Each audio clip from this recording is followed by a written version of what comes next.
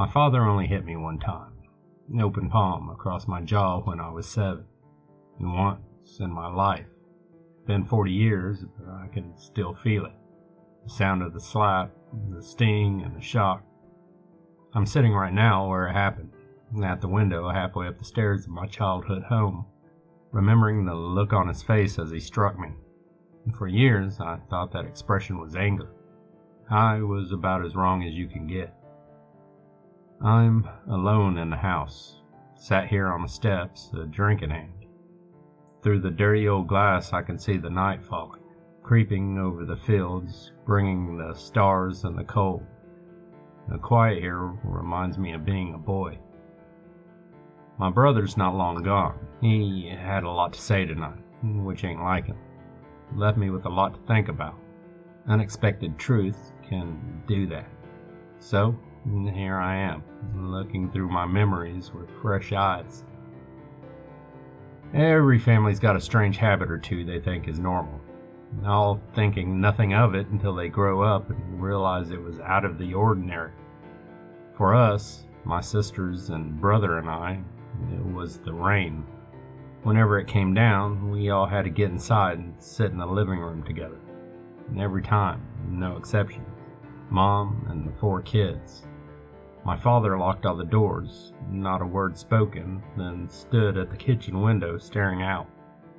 Always watching the same spot too, the fenced-off field to the north, maybe 500 yards from the house. Most of the time, a few minutes would pass, he would sigh and say, "All right." Then we could all go back about our business as if nothing had happened. Sometimes, though, once or twice a year, if I'm remembering it right, he would pull the shutter down, double-check all the doors were locked, and then come sit with us in silence till the rain went off. We all talked and played and whatever else, but he never said a word. He just listened.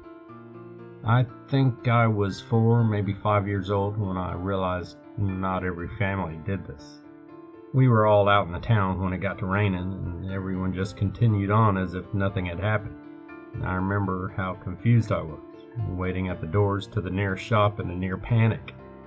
My mother, leaning down to whisper so no one would hear me, said, "That's only for at home, honey, okay?" We lived on what had once been a farm, one of the biggest in the county. My grandparents on my father's side had owned it since they were married. Never could find out who they had bought it from. The land was, and still is, incredibly fertile. That's how my family made its money.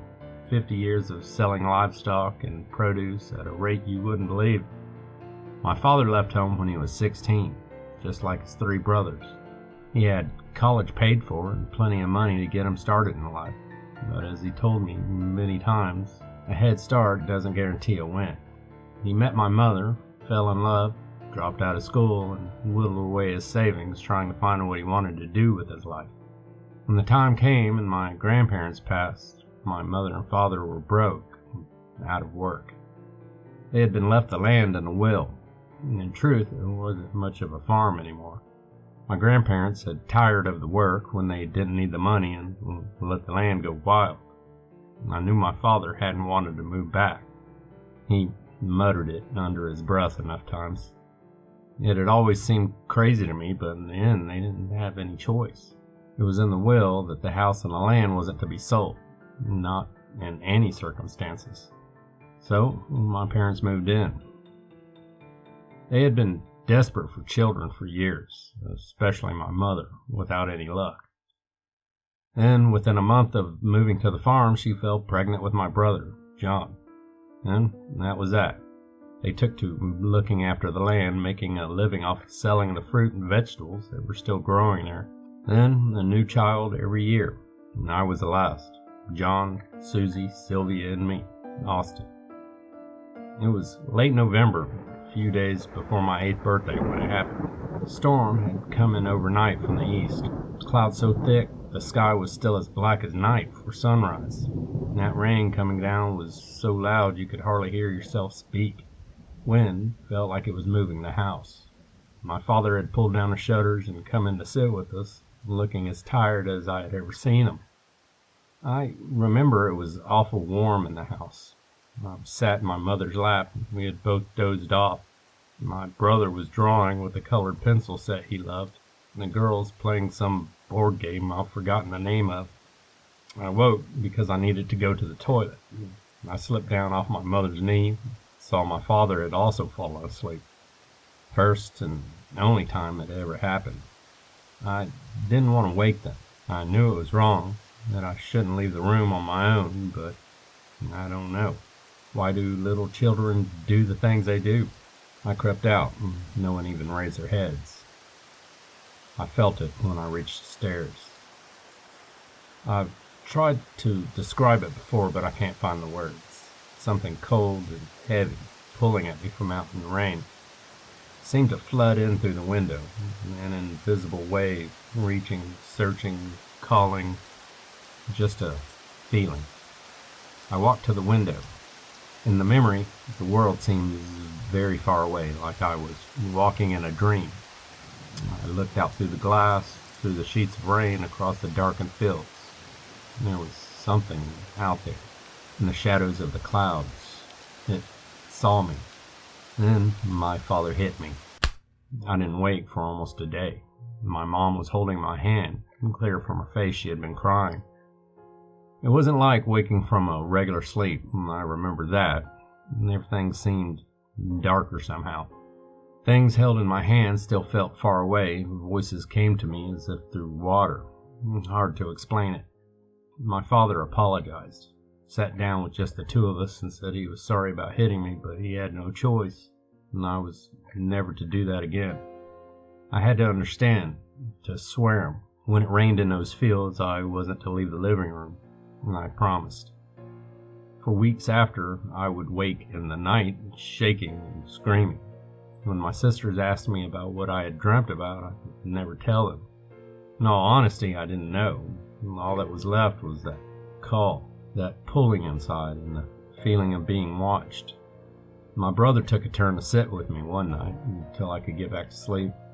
I remember him asking me, "Why did you do it, Austin?" "I had to pee, John." "No, not that. The window. Why were you opening the window?" The next year was when we lost my mother. My sisters and I were away north, spending the week with our Aunt Amelia and her kids. My brother had stayed with our parents to work on the farm. Neither him nor my family would ever talk about what happened, not clearly anyhow. There had been a terrible storm, lasting from dawn till dusk. They had been sitting together and waiting it out when the wind picked up worse than ever. The old oak next to the house came down, caught the house on a wave, tearing the wall and putting in the living room window. The rain washed in, across my mother, and she vanished. I sat in that room for hours when we got home, just staring on the marks the water had left on the wooden floor, at the rotted trunk and the ruins of the tree. We never saw her again. Those few months after were the worst of my life. The aftermath of it all. The police forever at the house questioning us all. My father drinking seemed like more and more every day. My sisters crying. My brother becoming quiet and distant. I didn't handle it well, of course, not any of it. I had this memory of her sitting with me, stuck in a loop in my head. We would have conversations in my imagination.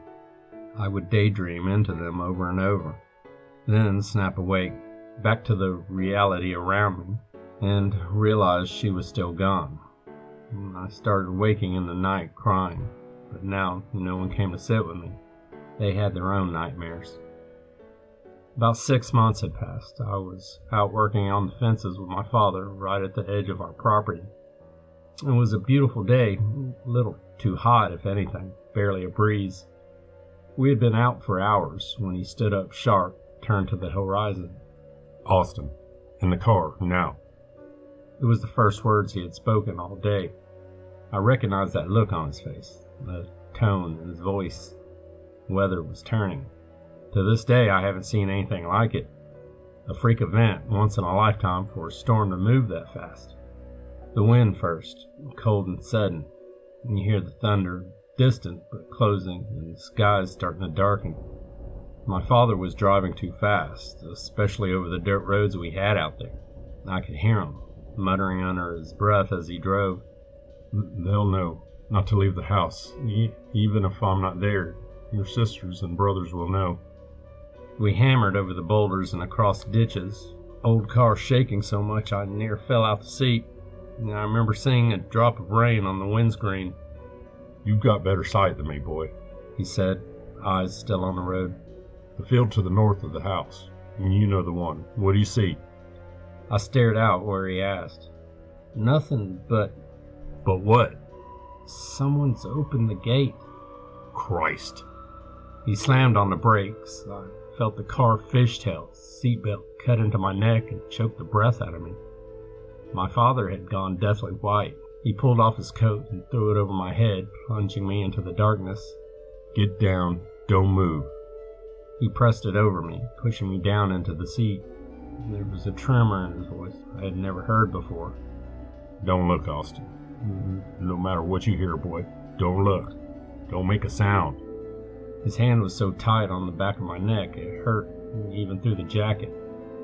I could hear the rain now, on the roof and the glass. The wind shook the car. Then I felt it, that weight, that cold pull from out the storm. Something started to scrape slow down the side of the car.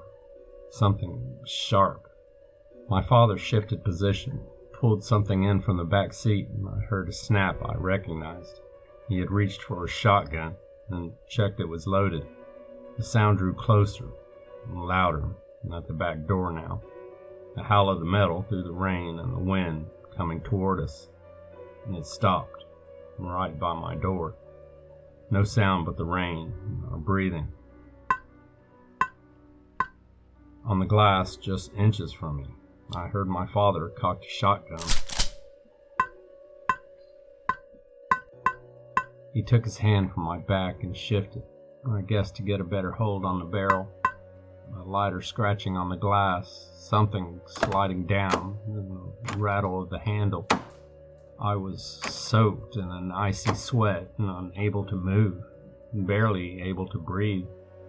Then it stopped, and the rain faded out in a few seconds, even faster than it had come.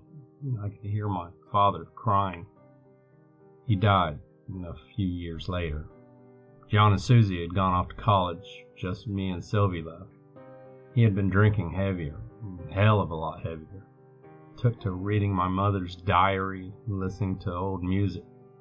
Couldn't talk to him about it. Christ almighty, we tried. It was raining heavy one morning. My sister and I were in the living room, and we both fell asleep to the sound. He just got up and walked out into it with his shotgun, and the sound of it firing woke us. Heard him shout and fire again. I'll never forget my sister's face, eyes so wide as we stared at each other across that room. The rain had stopped by the time we got to the door. There was nothing there but the weapon lying in the wet grass. He was gone. So here I am, decades later. Feels strange to even say that, you know. How can it be so long? My brother called me here this morning, told me this story again from his side, the truth of it, for as much as he got from Dad. The family had always known about what came with the rain. They never gave it a name, and never talked about the details of what they saw. It came with the land, like the deal you signed up to by living here. Who knows when it began, what it really was. Sometimes it came, sometimes it didn't. If the rain didn't touch you, it was no problem. Used to be worth it for how fertile the land was, but not something you could live with forever. When kids got old enough, they were told the truth, made to swear to never sell the land and to stick to the deal. Through tears, he told me about seeing our mother take it. Window smashed, rain washed in across her, and she was gone, he said. It took her, Austin. John says he's leaving the country. Can't take the weight of this place anymore. I don't blame him. Can't say I don't understand. He's left it all to me, to do with as I please. My sisters aren't interested. don't even live in the country no more. Not how I expected today to end, I'll tell you that. Here I am, leaning against a cold glass, too much to drink, too much to think about. Ain't a good mix, I know. I'm remembering my mother, snatched away from us like smoke in the wind. Remembering that open gate, blurred by the rain, that tapping on the glass of the car window. Decades later, and I can still feel it, and watching it. And there's a storm coming.